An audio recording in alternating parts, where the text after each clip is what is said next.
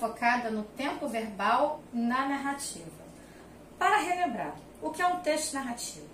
Texto narrativo é aquele que você conta uma história, é aquele que você pode participar na primeira pessoa, vamos lembrando sempre para não esquecer, eu tenho narrador personagem, onde ele conta aquilo que ele viveu, aquilo que ele observou, ele conta a história na primeira pessoa, e eu chamo sempre a atenção de que, mesmo que esteja na primeira pessoa, isto não significa que toda a história tem que estar na primeira pessoa.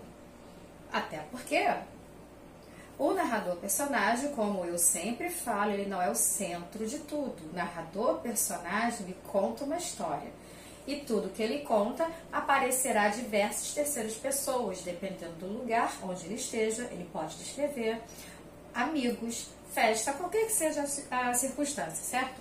Então veja, o que eu chamo a atenção no tempo verbal da narrativa? Eu chamo a atenção logo na terceira, certo? Por quê? Vira aqui no quadro, deixando para vocês olharem. O foco na terceira pessoa, eu tenho narrador personagem. O foco na terceira pessoa, eu vou ter a indicação de uma data ou estação. Eu tenho um marco temporal, certo? Aí, dando sequência a isso, eu tenho a sequência narrativa. Ela é cronológica. Como assim? Se vocês prestarem atenção, as matérias que tem texto narrativo estão todas interligadas. Por quê? O foco na terceira, o meu narrador é o observador. Pode ser o onisciente? Também pode. Mas a partir do momento que você está contando uma história, o que mais aparece é o observador. Isso não significa que tenha a obrigatoriedade de ser somente, unicamente onisciente. O observador. Até porque, na última aula, nós falamos sobre o onisciente e o onipresente também. Por exemplo, eu estou agora dando aula. Creio que devam ter escutado um latido. Ouviu? Então, veja só, no que eu estou dando a aula e tem um latido acontecendo, a aula está acontecendo, mas você que está do outro lado vai descrever esse espaço onde há cachorros. Não aqui dentro, né? Porque o som está mais ao fundo, está agitado. Então, para você que está ouvindo, ficará pressuposto que nesta casa, nesta residência, há cachorros tomando conta da casa, fazendo a guarda. A galera sabe que eu tenho só 3 pastores, né? Então, eles fazem a guarda da casa. Algo errado aconteceu? Veja, eu sei que aqui tem 3 pastores. Quem estivesse contando a minha história, estaria contando que estou dando uma videoaula por motivo de pandemia e que, de repente, na minha aula apareceu latido de cachorro. Ou, de repente, apareceram vários latidos. Então, veja só, ao fundo, eu sou a pessoa centro, personagem principal, contando algo. Mas, veja, por acaso, meus cachorrinhos aqui me auxiliaram, porque eles são secundários, certo?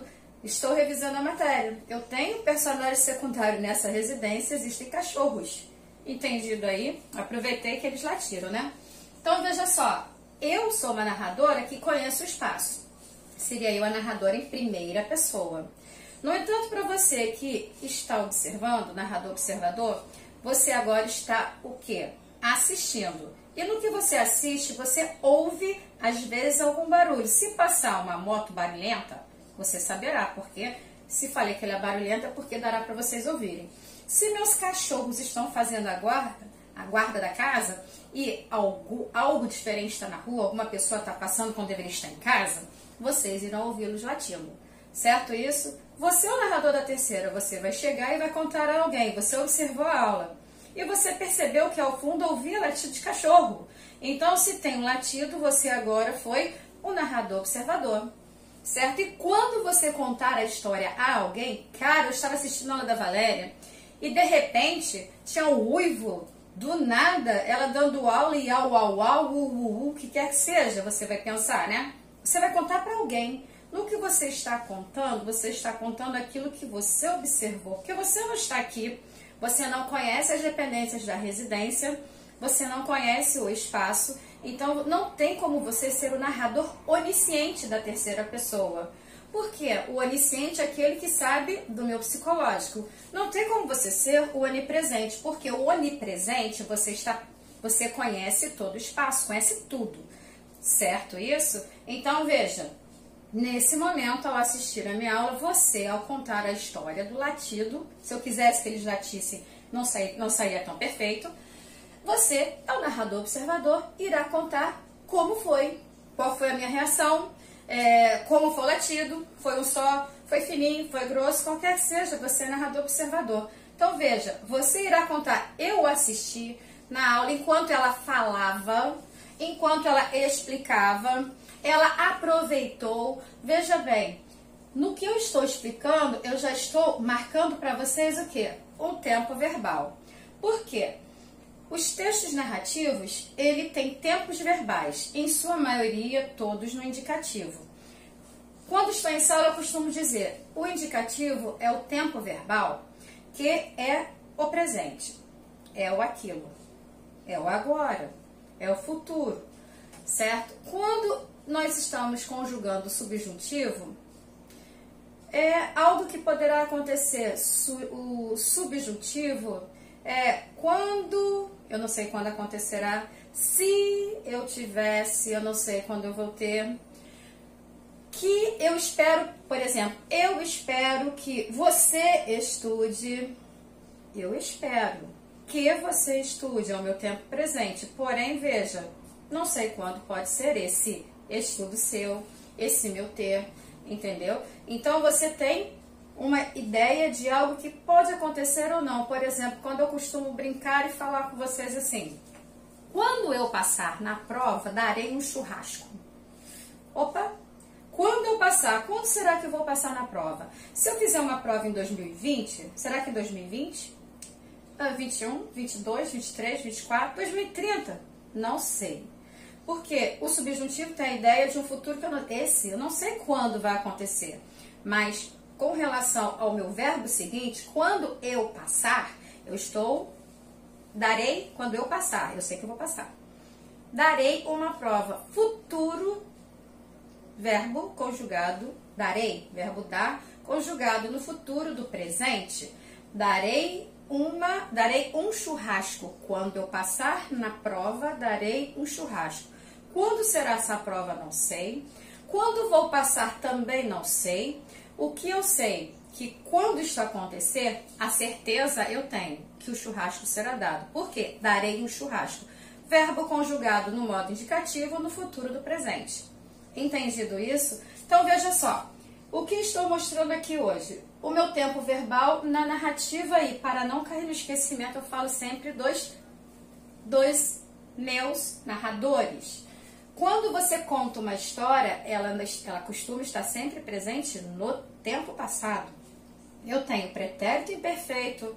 Quando eu estava na escola, costumava falar mais alto. Imperfeito. Pretérito perfeito. Gostei das aulas ocorridas no primeiro bimestre, em sala. Gostei é passado, é pretérito perfeito, verbo gostar, primeira conjugação. Quisera eu pudesse estar dando esta aula em sala. Então, veja, quando você pega livros, você verá que, em sua maioria, o tempo verbal predominante é o tempo passado, o pretérito é a ideia do passado. Mas, Valéria, acontece que aparece o presente. Sim, aparece o presente, porque quem está contando no passado. No entanto, quando eu tenho a presença de aspas e a presença do travessão, ele apresenta o que para você? Diálogo. Se ele apresenta o diálogo, ele vai fazer a fala daquela personagem naquele momento. Por exemplo, vou pegar aqui, não sei se eu pego o Peter Pan, o Mundo de Sofia, vou pegar o Mundo de Sofia. No Mundo de Sofia, A primeira parte é falando, eu gosto muito desse livro, tá? O Mundo de Sofia. Romance da História da Filosofia. Gosto muito deste livro mesmo, tá? A história é muito legal. Ele é grossinho, mas olha, vale a pena, tá? Vamos lá. O Jardim do Éden. No fim das contas, algo teria que ter surgido a partir do nada. Aí começa assim: Sofia Amundsen voltava da escola para casa. O primeiro trecho do caminho ela fez com Jurun. Elas conversavam sobre robôs. Jurun dizia que o cérebro humano era como um computador sofisticado. Sofia não sabia ao certo se concordava. Um homem não deveria ser mais que uma máquina? Olha, esse é o primeiro parágrafo. Chamei a atenção na leitura aos verbos conjugados. Se vocês prestarem atenção, estão nos pretéritos, certo? Aí ela coloca aqui: cada um tomou seu próprio rumo ao passarem pelo supermercado. Sofia morava no final de uma vila e tinha que andar quase o dobro que Jurun para chegar em casa. Era como se fosse o fim do mundo, porque atrás de seu jardim não havia nenhuma outra casa, só o começo da floresta. Então veja, peguei esses dois parágrafos só para apresentar a vocês a presença. Sempre tem, correto? Meu tempo passado estará sempre presente, mas vamos lá. Se eu pegar o livro de Peter Pan, no Peter Pan, deixa eu ver se tem mais aqui, tem mais diálogos.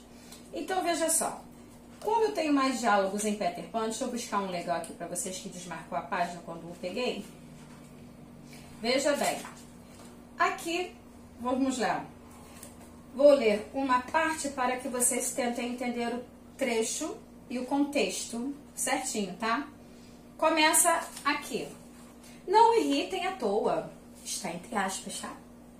Tinha sido a recomendação de Wendy lá na prisão. Por isso, Pee-wee deu um passo à frente com toda a educação. Pee-wee detestava a ideia de engajar para trabalhar sob as ordens de um homem daqueles, mas o instinto lhe dizia que seria prudente jogar a responsabilidade em cima de alguém ausente.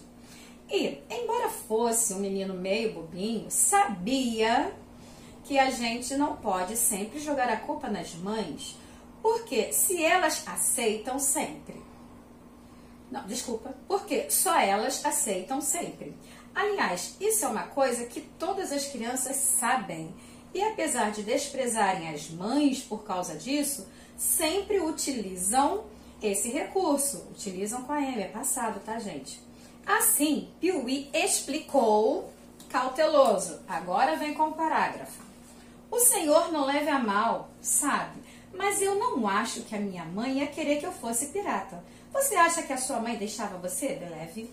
Então veja só, nessa hora, como eu chamei a atenção, tem o quê?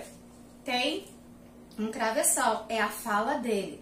Mas a história, ela toda, ela é contada no passado. Como eu peguei um trecho para vocês e fiz a leitura para que vocês observassem o tempo verbal apresentado, certo? Deixa eu ver o que mais. Aí tem mais, vou virar só mais um pouquinho, olha, tá vendo? Só aqui, eu tenho textos e eu tenho travessão.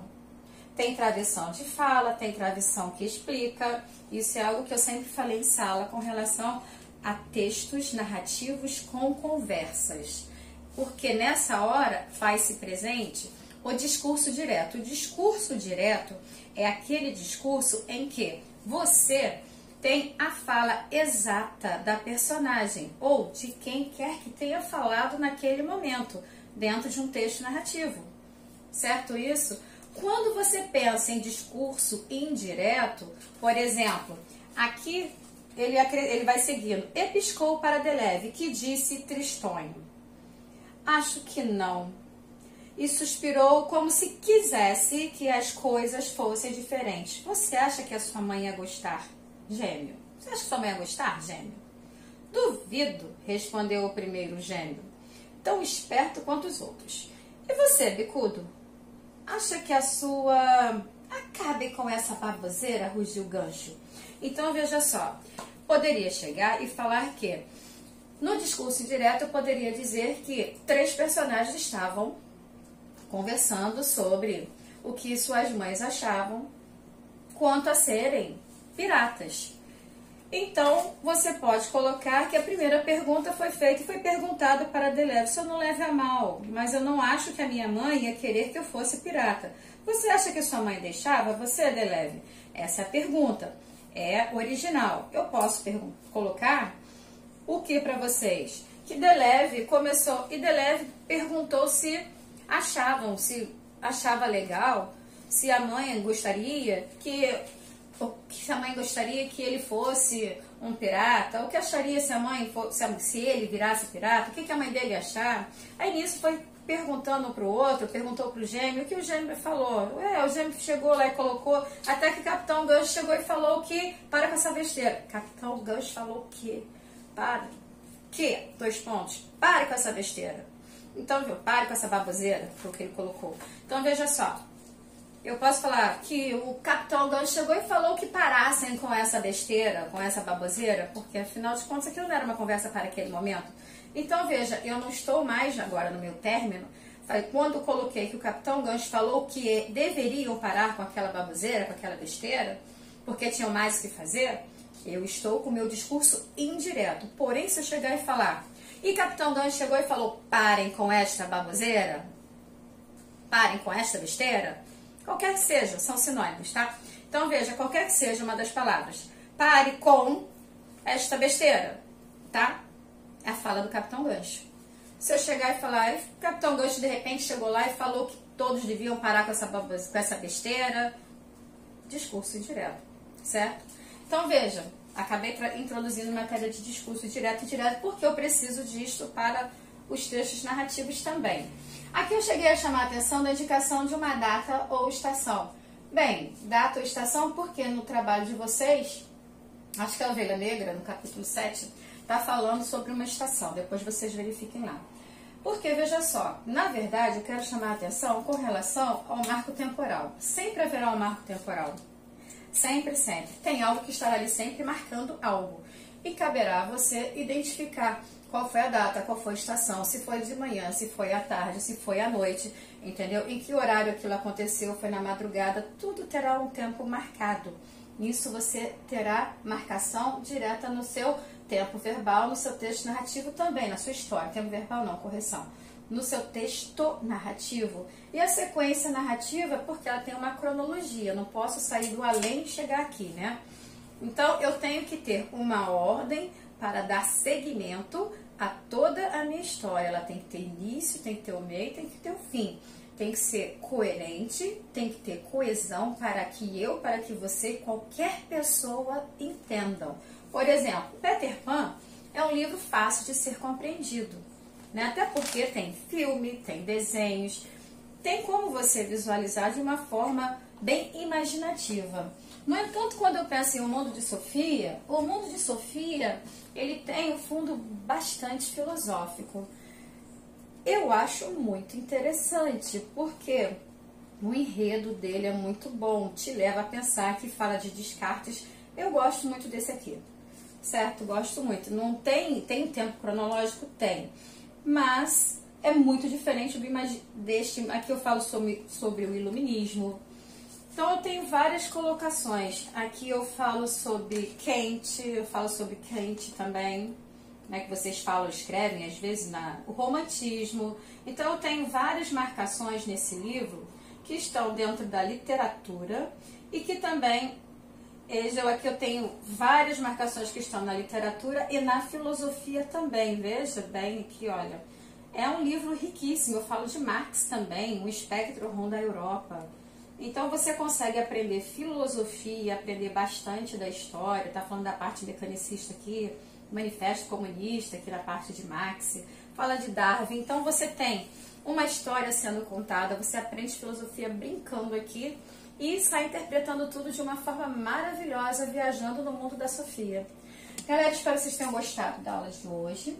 Fechei aqui, exemplifiquei, faço os exercícios, dúvidas, pergunta-me no e-mail, tenham paciência, olho os e-mails, mas são muitos e-mails, eu olho devagar, ok? Com o tempo eu vou marcando, caso eu perceba alguém não me enviou, eu vou questionar, não tem problema, eu pergunto lá depois, tá?